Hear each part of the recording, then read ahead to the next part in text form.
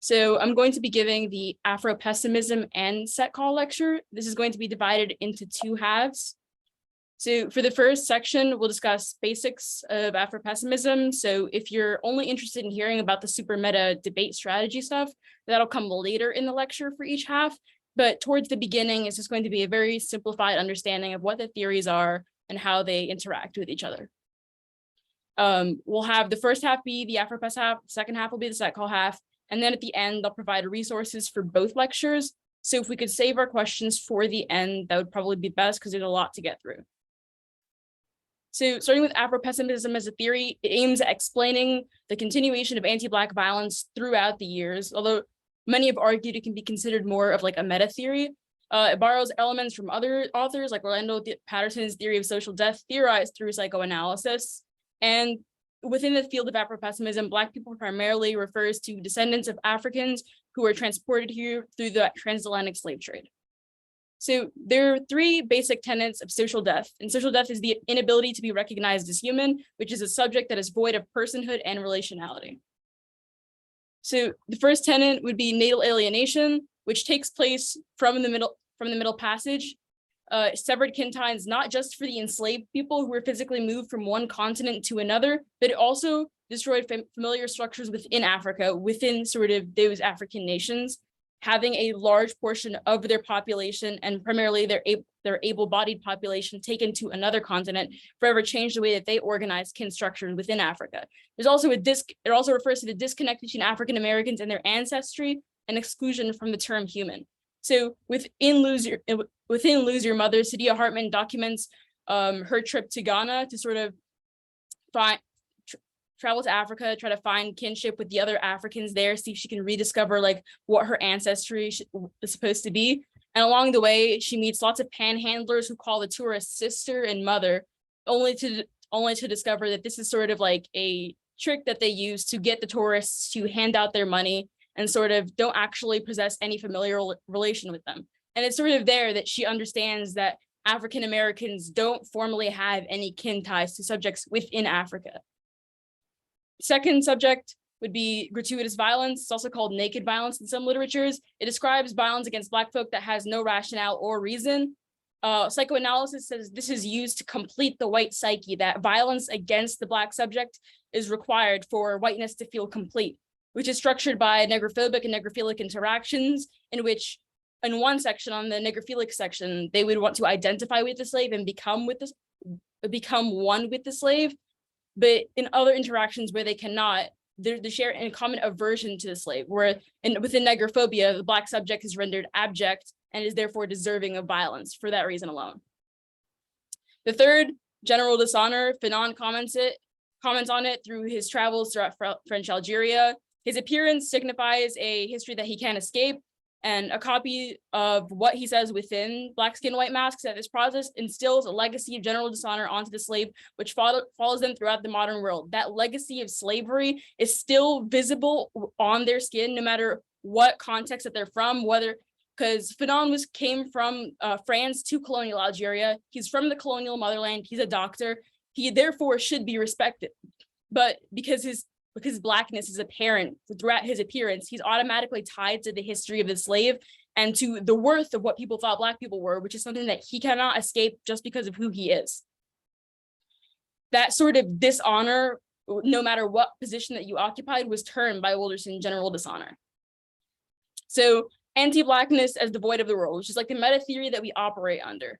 It says civil society is inherently antithetical to all manifestations of Black social life, and that the Middle Passage is not simply an event in history, but marks the foundation of history, where Black subjects were created as socially dead through the Middle Passage, which is a non-event of modernity. Which that basically entails is the idea that all exploitative or parasitic relationships between Blackness and whiteness were formed throughout the Middle Passage, as termed by Warren and Wilderson. So, interestingly enough, there's a specific reason why I use the term parasitic to describe whiteness. Obviously, there's a top level, it implies asymmetry. Whiteness benefits from this relationship, Blackness does not. But it also entails that sort of this relationship is dependent on the destruction of the host. Blackness must be destroyed for whiteness to be complete. This is sort of what structures social death, in which Black existence is understood as having a lack of worth due to having that perverse relationship to the world. Blackness must be degraded for whiteness to flourish. That's the asymmetrical relationship that we frame all of this theory through. So through KVK debates, we come across a term called the ruse of analogy. It's used most prominently as a link argument, but rather isn't used most prominently as a link argument, but rather used to frame answers to the permutation. The explanation of anti-Black violence through theories necessarily precludes finding a grammar of suffering for the slave, which Wilderson defines as a way to distinguish between anti-Black violence through enslavement and other forms of violence, which differs from Marxist exploitation or the subject of being a class laborer as someone who is open through social death, a general dishonor, gratuitous violence, and who is nailily alienated with a void of kinship structure. A grammar of suffering refers to a way to explain violence through social death distinct from any other form of violence. And we think that within permutation debates, it often comes down to who can best explain anti-Black structures of violence. So a pretty quick and easy answer to the permutation is that framing the violence the one sees identified through another theory is probably bad. It dilutes the grammar of suffering. It means it recreates forms of anti-Black violence at the level of the metaphysical, which I'll get to later. Now, for this, I picked out a couple texts. For the ruse of analogy, you might want to check out Red, White, and Black, Afro-pessimism in general to explain the tenets of social death.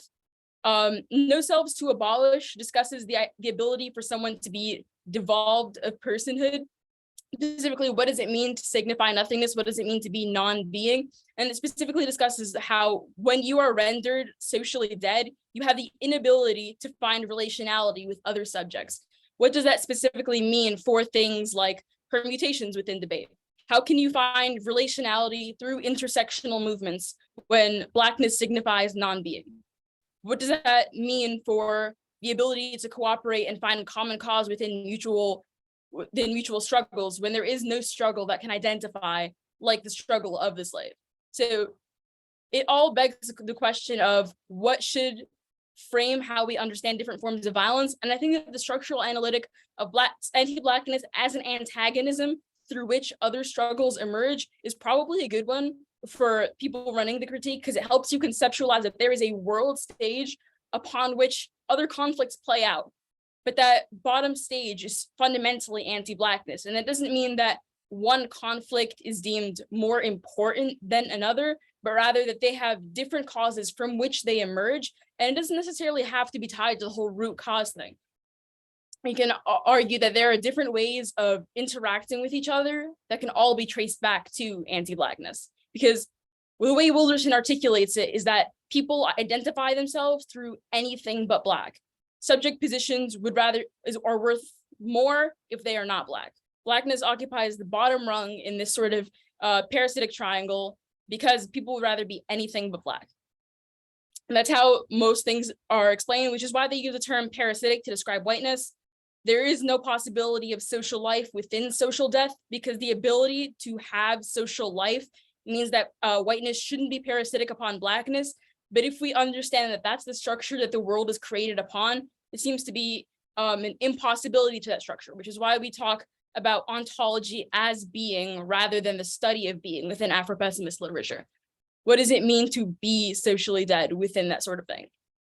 So a lot of the structures that they talk about with how to answer Afro-pessimism, I'll do combined with the settler colonialism portion, like things about how to answer progress warrants and things like that, and how to answer ontology in general, I'll do later. But the fundamental tenets of anti-Black violence through social death are probably something that should be theorized separately from settler colonialism, which I'll get to now.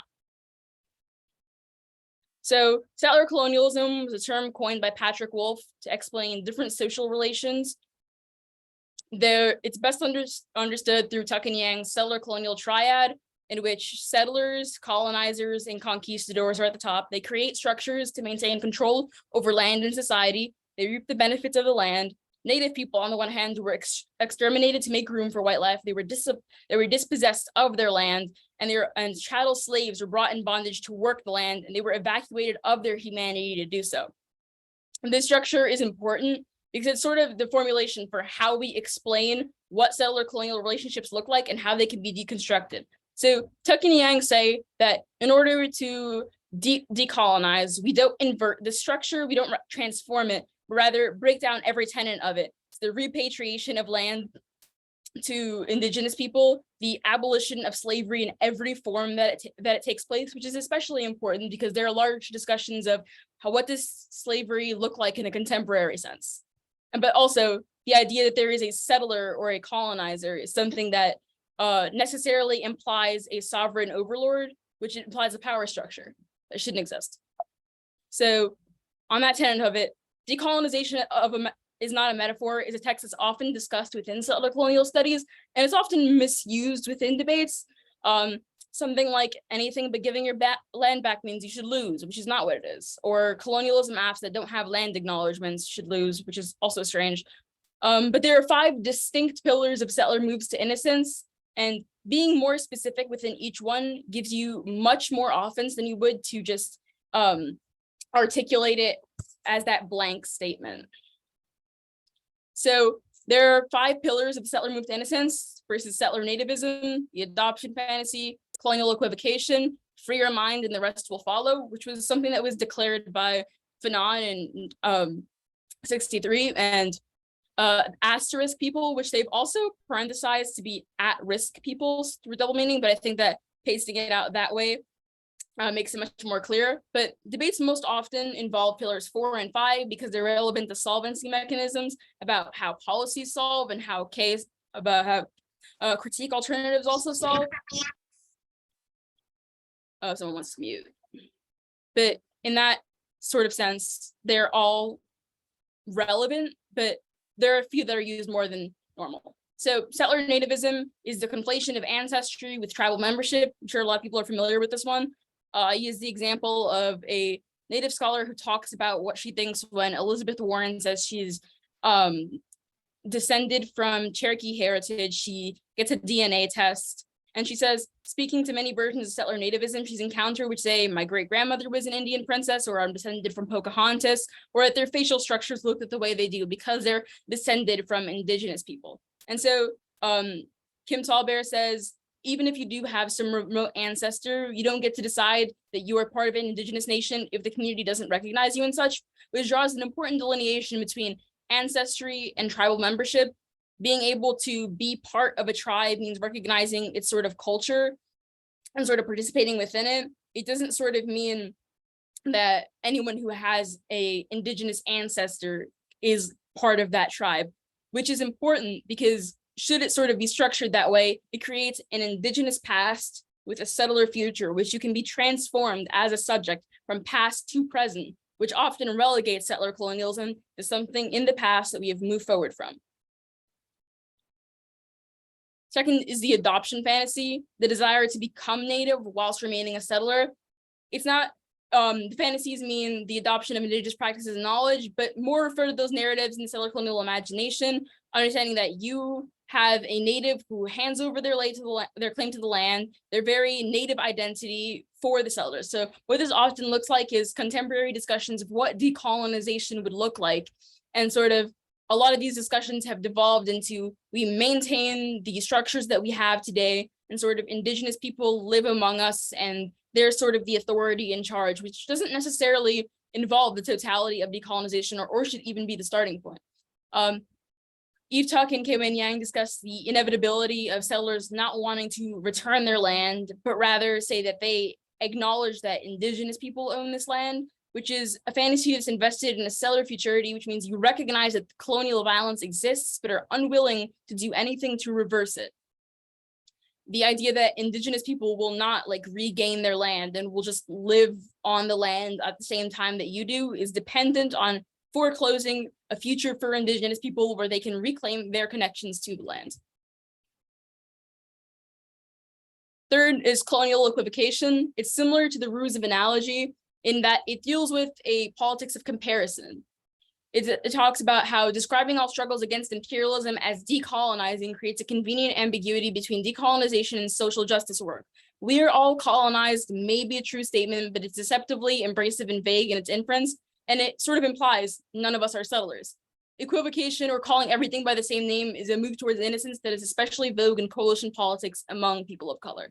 So essentially, the idea that embracing the notion that there is a hierarchy that exists with settlers at the top, which structures all of what we live under, it does not mean the same thing as saying that we are all colonized. Because at some point, there needs to be sort of the identification of responsibility and sort of accountability for settler colonialism.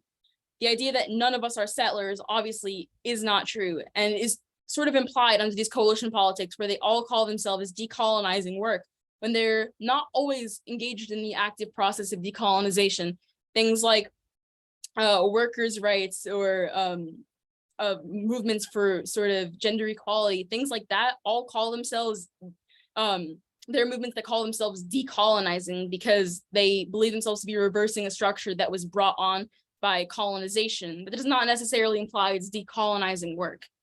They want to point out that the specificity of decolonizing work has to have some sort of discussion over or acknowledgement that at some point land has to be repatriated to the indigenous people that occupy it for it to be decolonizing work.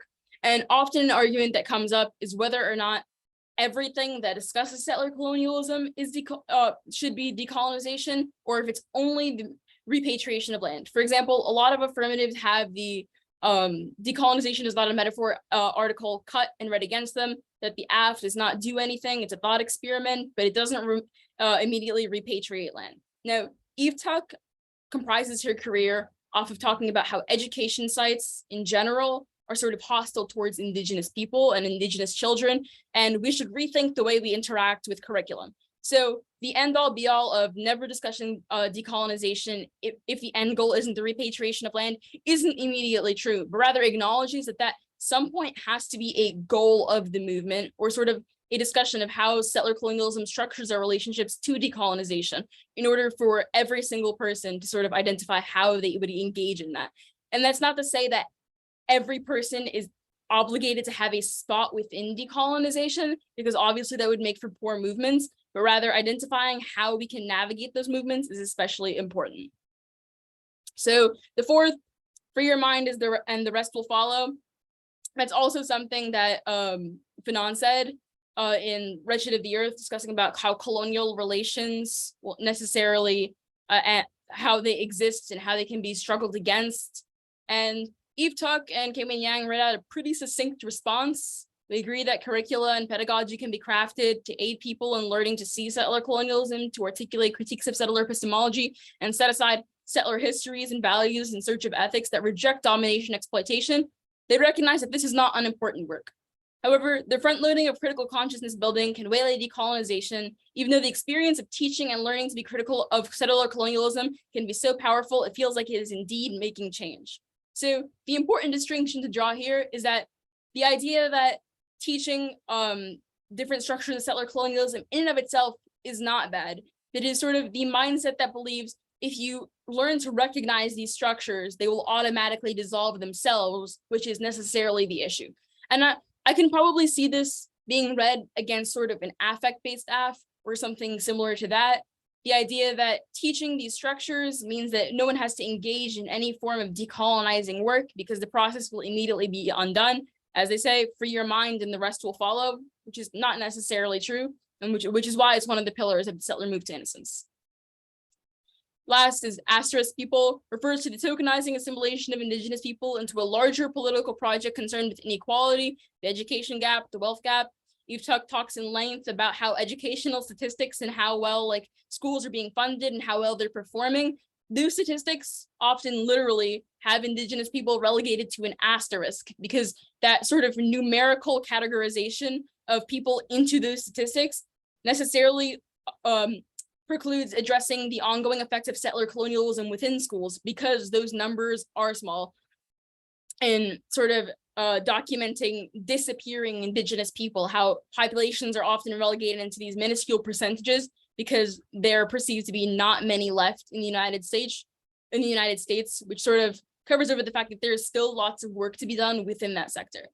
So common phrase in debates, time does not pass, it accumulates, which is first used by Bocom, but I don't think that's the text that people read in debate. It's just where the phrase came from.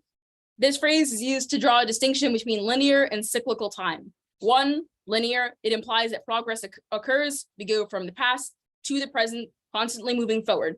The other implies that we periodically end up right where we began in an infinite loop, sort of cyclical time. You start at point A, get to point B, return to point A. This is the idea that genocide cyclically remanifests itself throughout history. Different ways in which genocide happens in the past, present, and future, and reaffirms itself, which is a constant process that doesn't end. You should treat this like an ontology claim as you would for Afropess. Even if the 2A says it's not, definitely shenanigans, it's a thesis claim about the way that the world works, whether or not progress is possible, which is vital to beating any critique. You should always address these sorts of claims first because they implicate the ability for either side to access solvency. So the key to winning evidence of progress within anti-Blackness or Set Col, which I'll get to on the strategy page, you should first and most importantly, know your judge. Spamming court decisions and new government initiatives, it may work if you have a particular sort of judge in the back, which isn't sort of too familiar with critiques or is inclined to not vote for them. That may be fine. Maybe winning one of those dropped arguments, true argument. Let's hope for the best.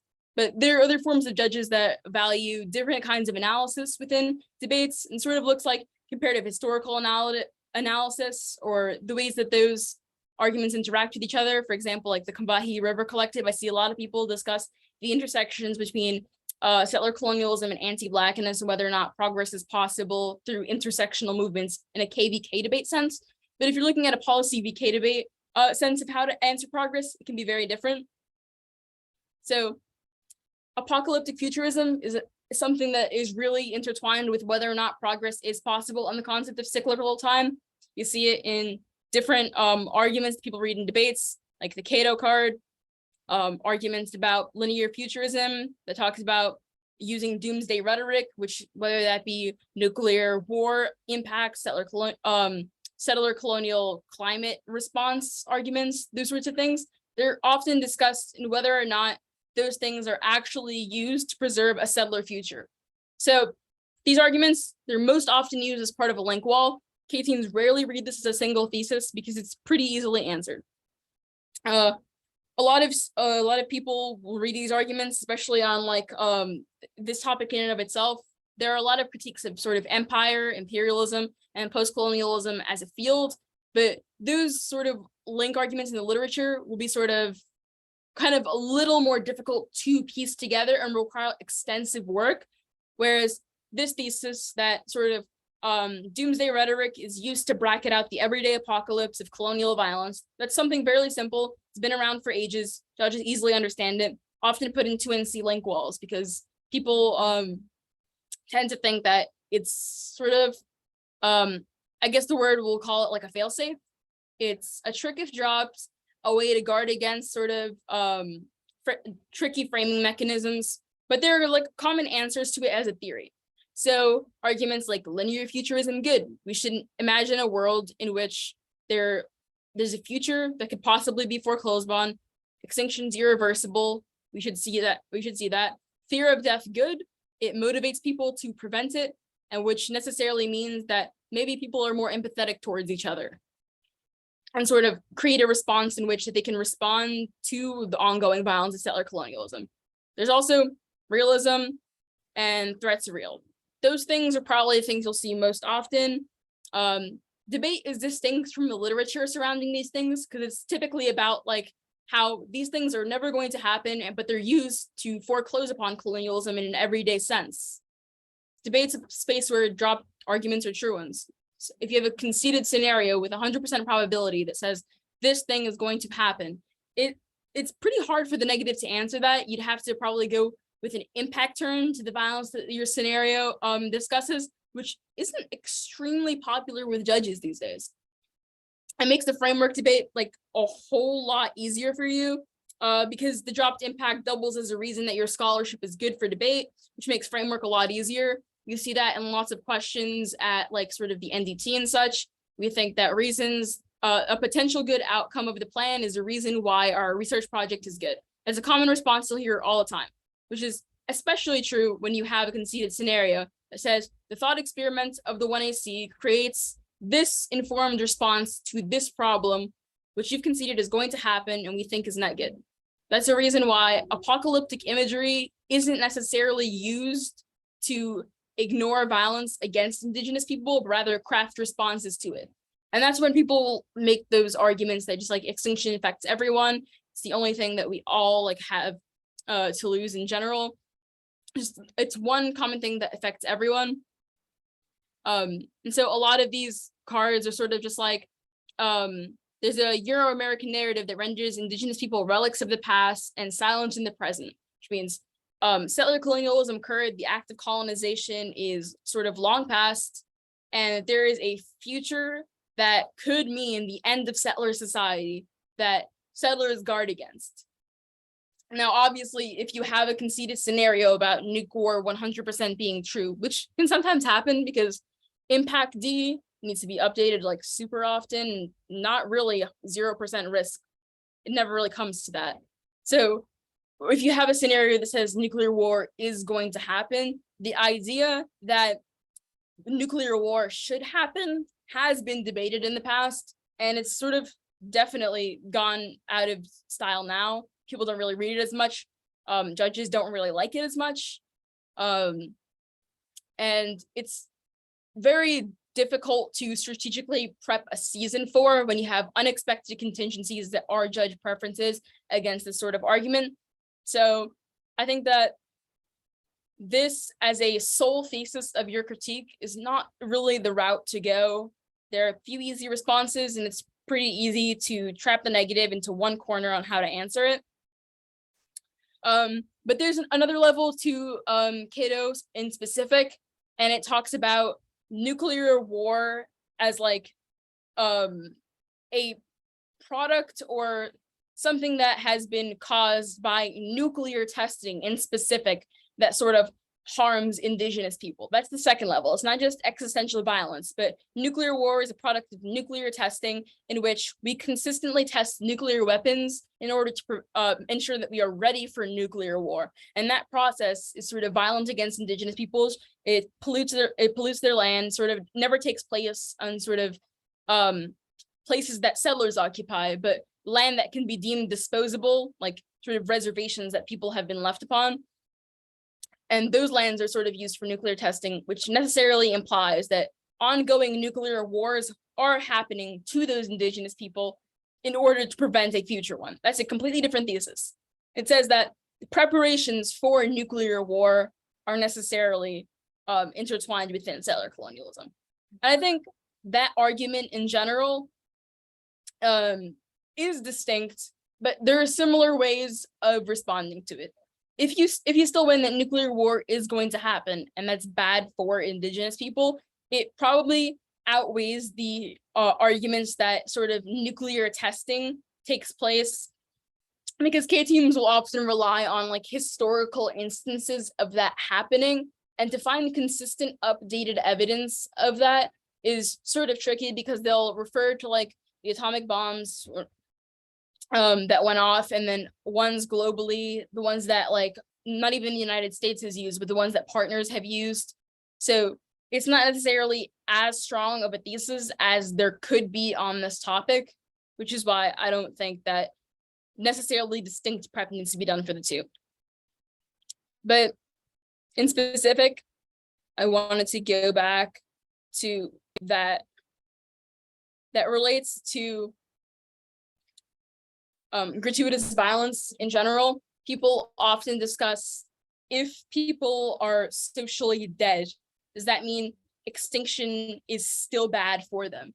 And I think that that's often like a strange equivocation, because people are sort of just like, in Afro-pessimist literature, there are some things that are metaphor and some things that are literal, and the two are often confused a lot. But I think that Sexton makes a pretty good theorization when he talks about how we should theorize slavery as maximum captivity in order to create sort of a grammar of suffering for the slave. We should discuss about how we should assume maximum violence was the Middle Passage and sort of theorize how the effects of the Middle Passage still remain today. So does that mean that extinction necessarily outweighs? It's definitely something that you need to debate out. It requires like heavy leveraging of ontology true, ontology not true debate. And I've also seen that that's like mishandled a lot. And I want to talk about author indicts in general. Seen this trend of like people saying psychoanalysis was written by a racist, so that's GG because it's a racist theory. It can't be used to explain race relations. This is definitely not the case. Patterson and Wilderson obviously theorized psychoanalysis for themselves in a way that sort of explains anti-Black relations. I don't think they necessarily like indicts of people like Lacan or Freud or things like that in general would necessarily be applicable here. But obviously that's something to debate out. I noticed that there are other ways to debate out progress, like sort of the humanism debate, whether creating new forms of subhumanisms that aren't like humanism that is imposed by settlers. Are there ways to exist in the world without necessarily whiteness being parasitic on Blackness? Are there other forms of humanism that we can occupy? All literature that needs to be sort of delved into.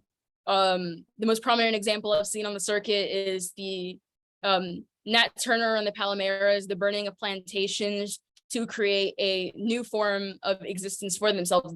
Those examples of resistance can be seen as creating new histories that are not necessarily defined by colonization or genocide, which I think that The Black Shoals by Tiffany King is really good in explaining, because it talks about the intersections between conquest and anti-Black violence in a way that assumes that the violence that occurs to both groups has sort of a common, not, I don't want to say root, but rather common theorization, the ways that colonizers enforce genocide on indigenous people and subjects also impose anti-Black violence onto Black folk can all be explained through the theory of conquest, which is why I have it like linked at the end of this lecture, sort of, so that you can read through that. It's a pretty lengthy book, but a lot of it discusses that. But if you're more interested in Afro-pessimism specifically through Tiffany King, I've also included like links to off literality, which explains what exactly is metaphor, what isn't when it comes to anti-Black violence, which I think is especially important. Saidiya Hartman's books also in general, Lose Your Mother, Scenes of Subjection, Wayward Lives, Beautiful Experiments, all sort of explained different experiences of how anti-Black structures are embodied, which are especially important to go over. And that page I had for the recommendations. So a lot of people object to calling the Black Shoals settler colonial studies. They prefer the term of conquest. Distinction between the two is that one focuses on the idea of land dispossession itself, and the other focuses on the active genocide in and of itself. A lot of people may say that this is a distinction without a difference because genocide was used to take the land, which is a field that's necessarily still in debate with that through that sort of frame, which I think is completely logical. No selves to abolish. I put the mark for the Baudrillard enjoyers, obviously, like I discussed earlier, because it determines what subjectivity is, what it looks like, what does Blackness signify, anything. Does a complete upheaval of like the symbolic economy of signs and signifiers. What does that mean for Black people? And I think the title kind of hints that there is like hints that there's no self to abolish, no subjectivity to abolish, which necessarily assumes that even if debate is taken to its furthest logical extent, there's no guarantee that it'll still talk about sort of parasitic race relations within the space, because why would it? The sort of last thing that I wanted to emphasize is how things like cyclical and linear time are discussed within contemporary debates, how they can be leveraged. I've seen lots of people say to put these sorts of cards on like a framing page. People say utilitarianism. A lot of people say we should assume that sort of those catastrophes and extinction first framings being bad because extinction happens every day, which makes it especially like relevant to question how much of it is metaphor, how much of it is literal. And if you check out different authors, they'll often make claims of settler colonialism being irreversible, but a lot of teams will claim that they're not ontology claims. We don't say progress is impossible, but we'll often frame their impacts as something being like more important than extinction itself, which should obviously set off a flag in your head on how you want to answer this critique. Just because the 2A says it's not ontology doesn't mean you shouldn't treat it as such. I think that any team against Afro-pessimism that sort of concedes ontology is in a very tight spot to sort of beat the critique, because there are so many potential pieces of offense that you've now foreclosed responses to. The same way, I think within settler colonialism, you should probably answer critique claims of the inevitability of settler colonial relations, and also tie those to things of what the alternative sort of does. If settler colonial critiques, if settler colonial violence is ontological, what does the alternative do about them? Draw the distinction between critiques of rhetoric and critiques of the plan's action. Those are two completely separate things. A lot of teams are reading critiques of rhetoric. The alternative obviously doesn't need to solve for those. Critiques of what the plan does are most often accompanied by an alternative that would probably solve it. Those are most persuasive on the circuit. Even if the plan does something and the negative team decides to go for the status quo being better, that's less seen these days, which is kind of strange. But I compiled a Google Drive folder that includes a subfolder of about a bunch of other authors of articles that were sourced by Iggy. That's the link to it. I'll have a slide sent out. There's a speech drop code for articles mentioned in this presentation in particular, if you're interested in reading up on that. I wouldn't necessarily download the Google Drive folder because, again, it is pretty massive and it has like a lot. So I would check in on it when I'm looking to cut something or do some further reading. But it is really extensive, and I'm really happy that they decided to share that with you. I think at this point, I will probably stop recording and take any questions that there might be.